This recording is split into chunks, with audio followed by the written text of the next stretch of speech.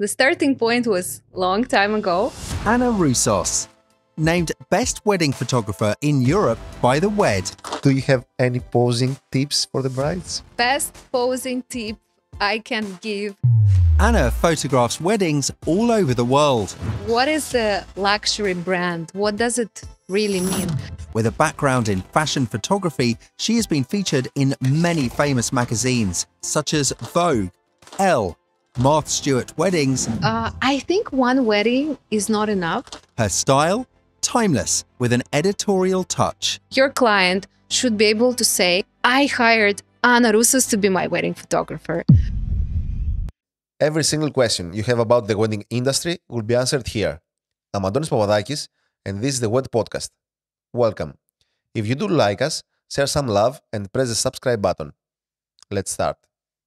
Hello, Anna. Welcome. Hello, thank you for having me. It's an honor for us to have you here. Thank you. It's a very special episode with you because I'm very excited about your work in total. What was your starting point in the industry? I have been a wedding photographer for over 15 years, a bit over 15 years. So the starting point was a long time ago. If we go back to the roots, I have studied TV directing in the university in Moscow, and I worked for 2 years as a TV director. Definitely that experience taught me so much, and there's a lot of knowledge from that I use today in my business. After I moved to Greece, and because I didn't speak Greek, it was really hard to find a job as a TV director. So photography was always sort of a hobby to me. So when I moved to Greece, it became the only way available for me to express my creativity. So I started working, not even working, but like cooperating with model agencies at first. I did so many test shoots for the models, honestly. I was doing them every second day. This helped me to build my portfolio, to master my skills in the photography a lot. My dream was to work as in fashion photography, and eventually I started working with some magazines in Greece. Everything was amazing, and then crisis happened, and big publishers closed, and that was it. So at this very point, I had already a website which had mostly my fashion work there. And I get a request from a friend of a friend who is getting married in Santorini. Anna, we want you to be our wedding photographer. And I tell them, guys, but I've never photographed a wedding. And they say, but we love your vision. I mean, you are doing fashion. How difficult is it to photograph a wedding? I mean, I was very pleased to see that trust they had in me. To be honest, I was never seeing myself building a career in wedding photography. I even saw the wedding photography as a genre that is not really creative and doesn't allow a lot of like artistic expression. So to be very, very honest, the only reason I agreed to do this job is because I've never been to Santorini. So I go to Santorini, I photographed this wedding. I was very lucky. The wedding planner was Stella in Moscow, one of the most successful wedding planners in Greece right now. I approached this wedding with all the knowledge I had from fashion photography, and the result was quite different to what was going on the Greek market amongst Greek photographers back then. So it created a lot of like rumors and like, who is she? What is this? Anna Roussos, she doesn't speak Greek. Who is this girl? I posted this gallery on my site, mixed with the fashion photos. I started receiving requests. And I had back then this talk to myself. Remember I sat down and I told myself, I accepted actually that I enjoyed a lot photographing a wedding. I enjoyed a lot witnessing these real moments between the couple, this raw emotion, actually working with real couple and real emotions. This is something you do not have in fashion photography. So this was the point where I said, okay, I can see myself building a career as a wedding photographer. And this is where everything started. I remade my site completely. It was a wedding photography oriented. Already back then, 15 years ago, I worked very hard on search engine optimization. I wanted to make sure that the clients can find me. And then it was just a big boom. So wedding photography career was not something that I could like foresee and plan. I had different plans for myself in photography, but I'm very happy right now for where I am. So back then, what images was your favorite? Back then, after fashion, when I got into wedding photography world, um, what was going on in Europe in wedding photography didn't really inspire me that much. Back then, it was more of like a raw photojournalistic approach. I wanted something more airy, more romantic, more creative. So I started looking around and I got very much inspired by US wedding photographers and specifically fine art wedding photography style, which is like very airy, a little bit overexposed, washed out colors. I absolutely loved it. And it's something that I introduced into my photography. I was reading a lot of books about this style. There's a lot of great literature from Jose Villa, Elizabeth Messina. I read all their books from beginning till the end many times. And it worked really well because actually I was one of the first photographers back then who offered this style in Greek market. So it was something different and it made me stand out, certainly. How would you describe your style now, your photography style? My style now has almost nothing to do with fine art. Uh, I would say that today my style is an elegant reportage with a dash of fashion, like a big splash of fashion on it. This is something that I worked to find my style. I worked on it for more than a decade. It's something very difficult to find your signature. It takes time. Also, you grow, your taste changes. So it took me a lot of polishing to get where I am today. But I think changing the style, especially like a milestone for me, was this change from the fine art to the style that I have today. Because we can also talk about this later. It was a milestone in my career which helped me reach to more high-end weddings and high-end clientele. Let's move on the actual wedding day. How do you prepare the couple for this day? Well, I truly believe that 70% of successful photography result lies in very thoughtful and thorough preparation. So I ask my clients, my couples, to allow me in a way on their wedding planning, especially timeline planning of the wedding day part. And here there is also a lot of communication with the wedding planner involved. Ideally, I would love to see the timeline, like a draft of the timeline before it's set in stone. So we can schedule a call with the couple and with the wedding planner and to go carefully over this draft and to make sure that we have enough time to first capture everything that we want to capture, that the client want to have captured, to have enough time to let those moments to unfold naturally without them feeling rushed, to get creative, and also to take advantage, let's say, of the most flattering light of the day.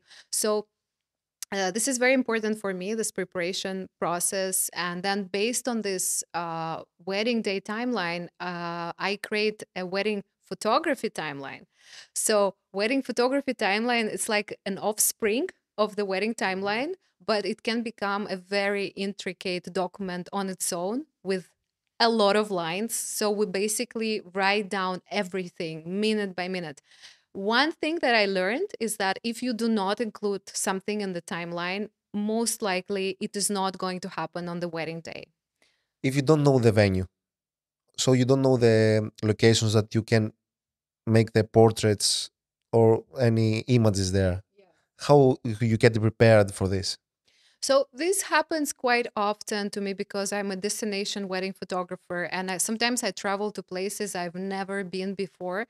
Of course, if this is completely new location for me and new venue, I will make sure to arrive a day before and even go and do some scouting a day before the actual wedding day just to see the venue and not only me by myself but with my team to find the corners that would work the best, to see where the light will be and the sun at a certain time of the day, so we can have a solid plan and not waste time on the wedding day for these things, to figure them out because there's no time for such thing. Another thing I wanted to say, very important for me when it comes to preparation, is creating a mood boards with clients. And what I actually do is I ask almost all of my couples to put for me a mini mood board that will represent the photos that they like. And it doesn't have to be necessarily my photos. I just want to see what kind of images make them click, what kind of mood, what kind of, mostly, yeah, it's a mood as a feel. It doesn't mean that this mood board represents like some photos that we will mimic. Not at all. That doesn't serve that purpose. But it's very important for me to understand what do they like on my portfolio, you can see various type of images. Some of them are candid. Some of them are very romantic. Some are very like fashion oriented. But there is one thing that I will never do is I would impose something onto a couple or ask them to do something or photograph them in a way that doesn't represent who they are. So it's very important for me to understand what they like. And very often clients, they say, okay, we love your work, like we like romantic photos, we like candid, and you ask them to put the mood board together and it's super fashion oriented, it's like edgy, they pick photos from some fashion campaigns. So sometimes it's very hard even for them to verbalize what they like, but when they do this exercise of putting things together in a mood board, they can understand also better what images they truly appreciate more than the other. So you are more relaxed on the wedding day when you know Absolutely. everything. Yes. And also, I'm a very creative person. So when I have the like a creative freedom, I would always grab on it and I will do something about it. It's not that with every client or couple you can try some new ideas that you might had in your mind, like I want to do this shot or this shot. But there are some couples who are more open to experimenting and they're more into photography and they really want to invest time in it and they want to go an extra mile. So also asking them to create this mood board, it kind of allows me to determine, are they those clients who will want to go an extra mile with me together and create some, artistic images just beyond regular wedding photography. What do you want to know about them before you book the date with them? So if you mean, let me say it that way. I would never, like, there's no certain information that I require that will determine whether I'll say yes or no to the client. In reality, there was only a couple of times when I turned down the client, but it's really an exception. Happened twice during the whole career.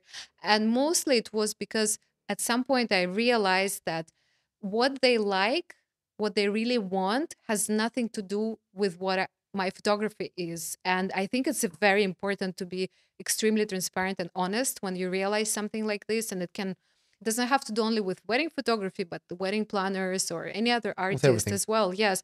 So I told them, guys, you will be better off with another photographer. I'm a wrong choice. Uh, Apart from that, there is nothing that I require to know like specifically about the client. Um, what I can say is that I receive a lot of requests directly. Uh, Many also come from the planners, and I'm proud to say that there are a lot of requests a lot of weddings that I book without even having a call with the client. And this is not something very usual, but I'm proud because it actually means that I managed to create such a brand identity and to create trust throughout my portfolio, my online presence, my social media, that the client feels confident to book my services without having a call with me. And then we will have a call later on, like, in a couple of months. Uh, but I do prefer, of course, connecting with the couples before they book the date. For sure, we can see all these things you said for your portfolio, your website, and all the even the text you're written. Yeah. That it represents a very high end brand. Yes. It is very important. Absolutely. It plays such a big role. And I mean, for me, it's a compliment that they're ready to book me without even talking to me. But again, I have to say that it's very important and it's always better to have this call because besides that, okay, you see work that you like, you see the high quality of service, you like the person that you see through the social media and so on, but it's super important to make sure there is this emotional connection, because the wedding photographer is the person who will be a part of your wedding memories. The wedding photographer is the person who spends more time with the bride than the groom spends with the bride on the wedding day. So you definitely want to choose carefully this person. In case you haven't done it already, please hit the subscribe button of our channel so that we keep growing. The more you help us grow, the more interesting professionals we will be able to host. So, subscribe today. So, what about your preparation on the wedding day? On the wedding day, well, on the wedding day there is no much preparation involved, to be honest. That's what I say, the 70% of success lies in the all preparation process that takes place sometimes a year, like throughout the year before the wedding. So one thing I want to make sure on the morning of the wedding day, that I slept well, because usually it's many hours of standing and having equipment and managing sometimes like a stressful situation. So you want to be like, you have a peace of mind and you want to be in a good place psychologically. So I always try to make sure that we have a relaxing morning with the team. We share like a late breakfast together. We might do a bit of sunbathing depending where we're, at which location. And then we just, go with the right mindset, with a happy mindset to photograph a wedding. Did you watch other photographers' images before you go, or you want a empty mind out of them? No, I don't specifically like look at any other photographers before the wedding. But I do have a board, like a mood board. We have it together with Thanos, actually, my husband, an excellent photographer on his own.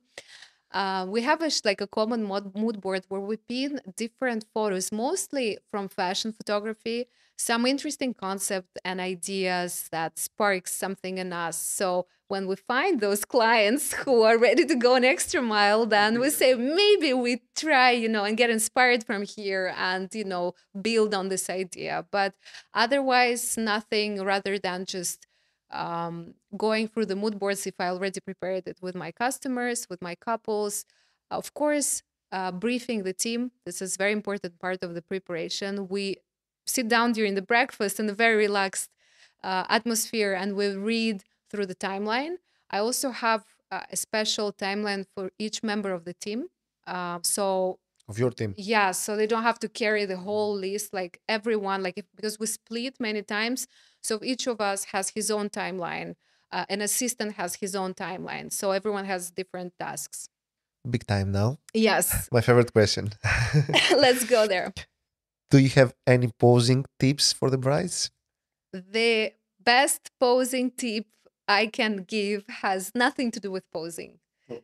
You have to choose your photographer very wisely, because it is not your headache, it is not your stress to think, how I'm gonna do I have to practice standing in front of the mirror and seeing like what are gonna be better angles for me? This is not a job of a couple. It's purely entirely the job of the photographer, and he's the only person who should care about this. Also, wedding photography is all about body language.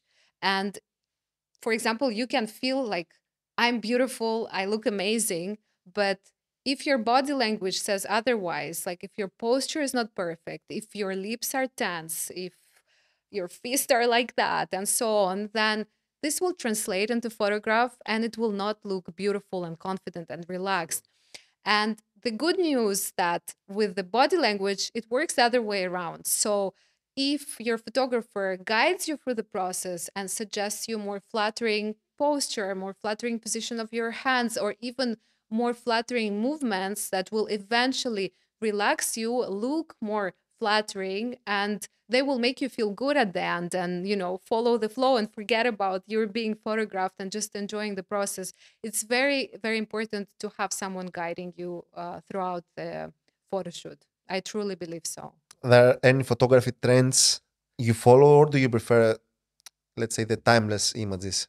I certainly do not follow any photography trends that have to do with specific color correction. I think those that have the shortest lifespan, and like if it's a brownish or pinkish or whatever it is, after a few years, you look back at the photos and it's like, oh my God, why did I do this? You'll be pulling your hair.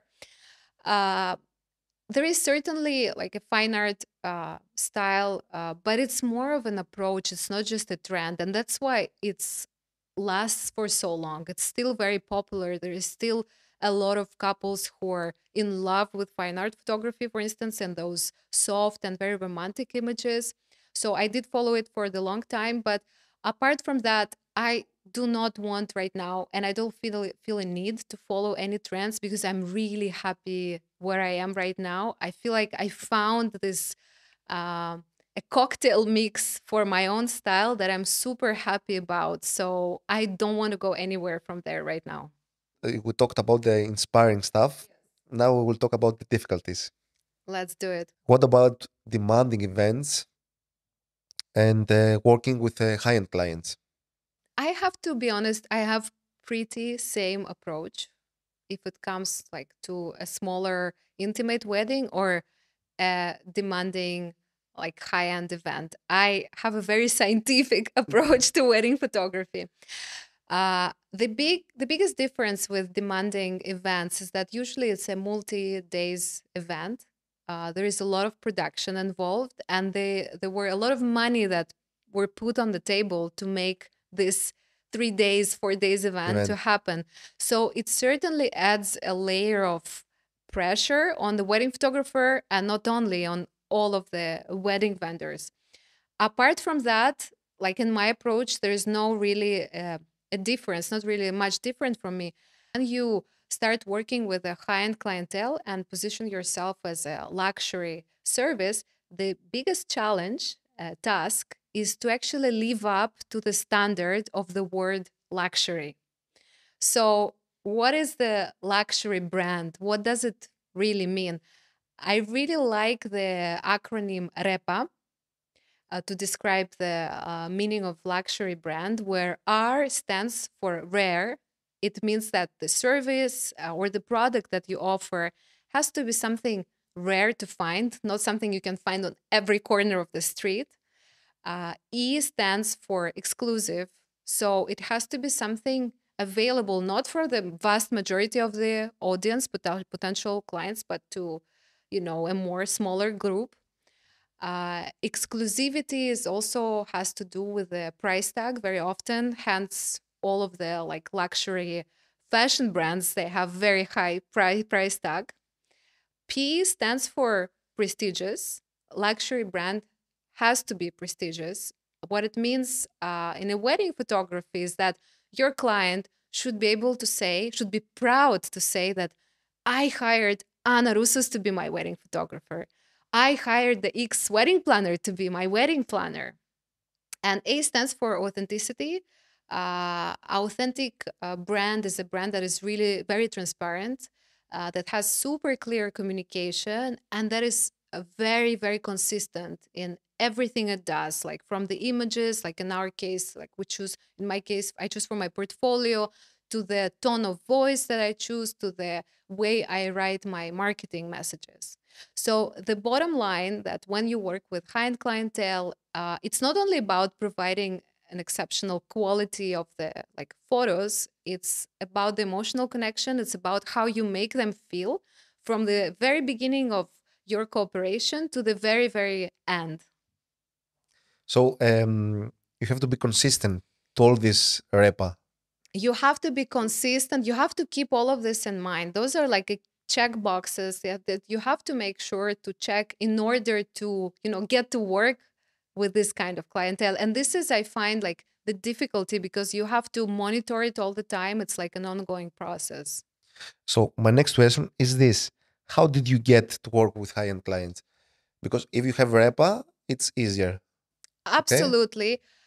Well, it's certainly something that didn't happen overnight. There is so many hours, years of dedication and commitment and hard work that were involved and happening behind the scenes. And even today, that I got to work with high-end clientele, it doesn't mean that I stopped doing everything that I was doing to get here. And I think this is a secret sauce behind the successful businesses and all for all entrepreneurs, that you have to constantly keep and push yourself to go this extra mile, to go out of your comfort zone, to push yourself to grow, no matter if you already achieved and happy to be where you are.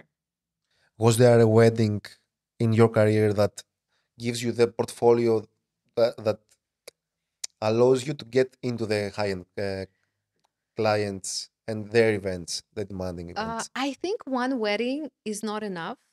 There were several things. Like for me, the big change was the change of style.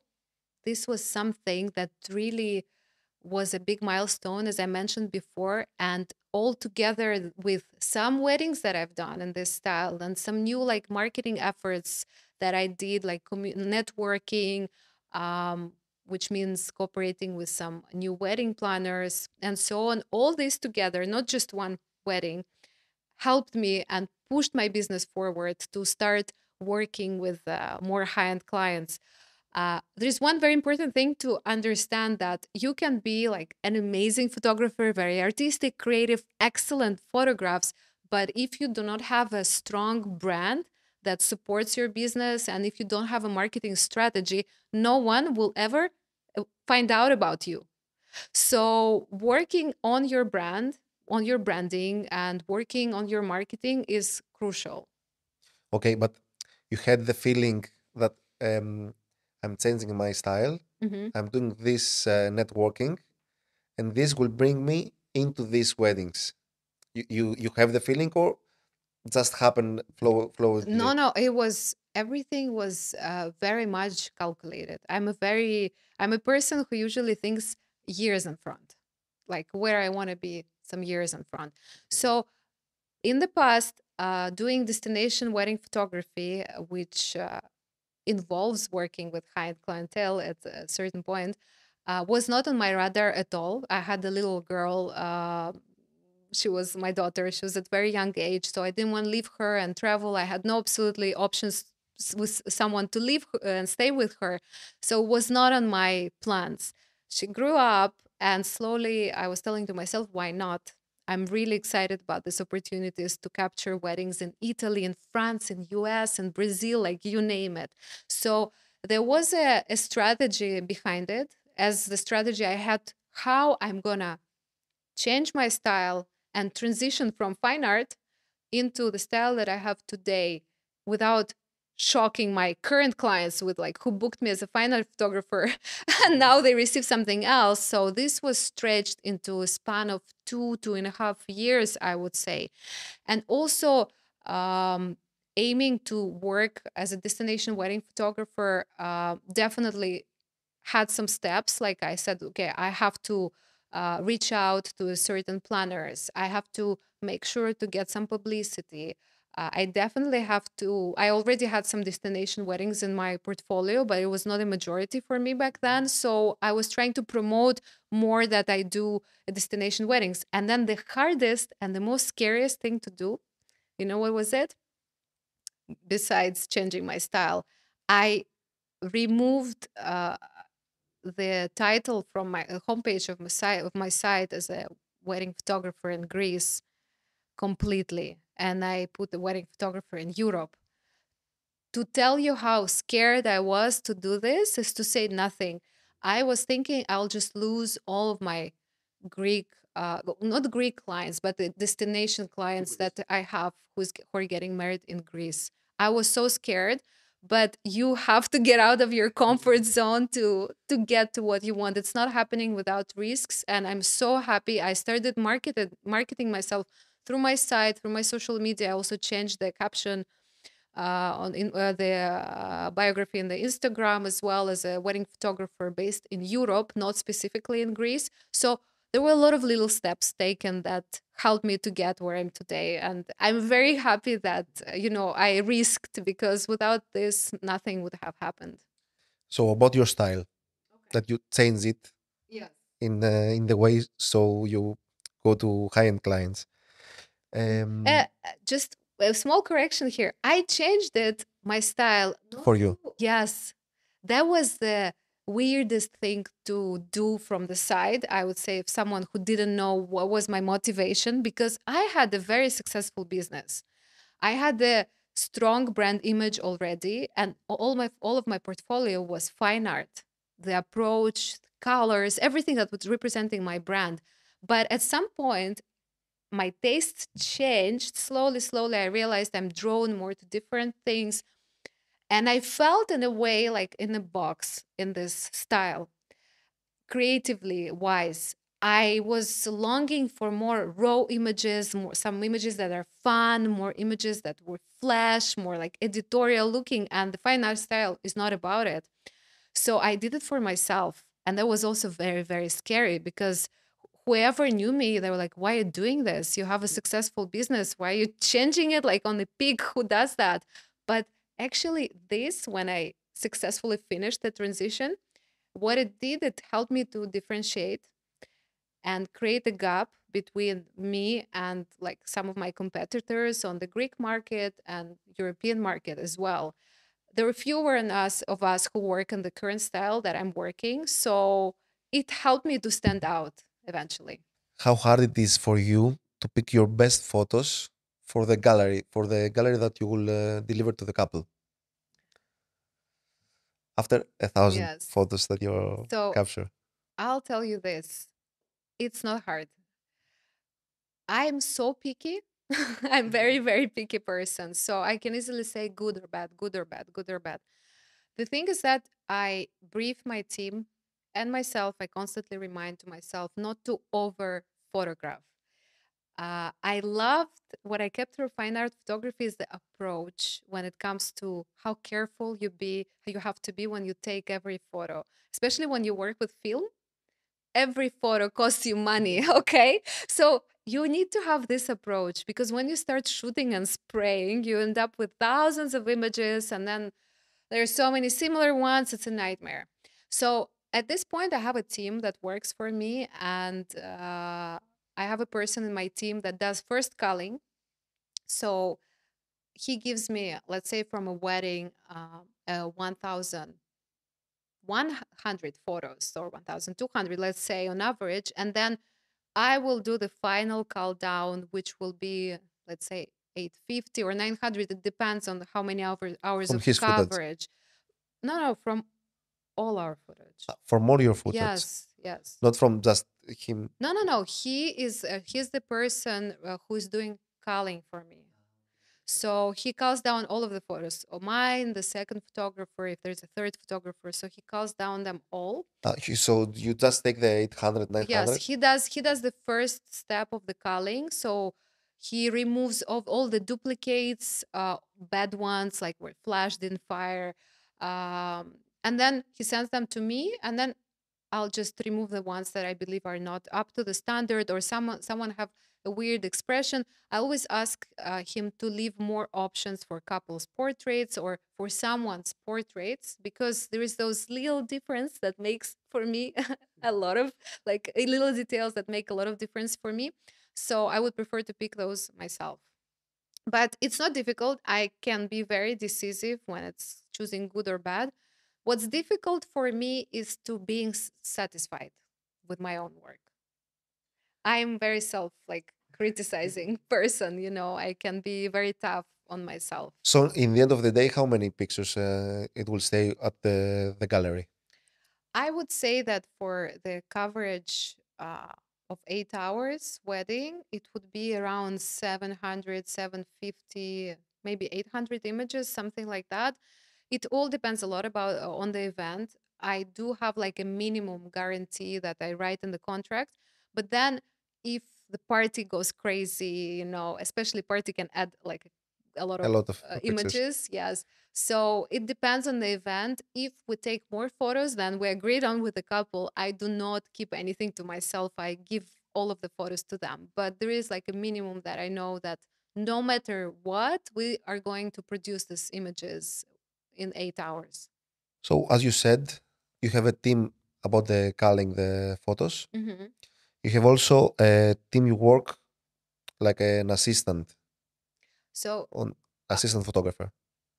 I call them a bit differently, with different names. So I do have I do have an amazing team. First of all, I'm very proud of my team. We are getting so many compliments all the time from the vendors we work with. I'm very proud of the guys I'm surrounded with. My most common, let's say, team is Dimitris, who is my additional photographer, and Michalis, who is an assistant. So now let me explain you. An additional photographer is photographer with whom I can trust, with whom I work for many years. I know that we can easily split, and I'll be certain that he will produce a very good quality of images. We often work with Dimitris most of the weddings. Assistant is someone who is not taking photos. So sometimes Dimitris has his own assistant, and I have mine. Mine is Michalis. I also love him very much. So assistant is someone who is not taking pictures. He is there to help with equipment. I work quite a lot with off-camera flash, so sometimes I require someone holding it for me on a monopod.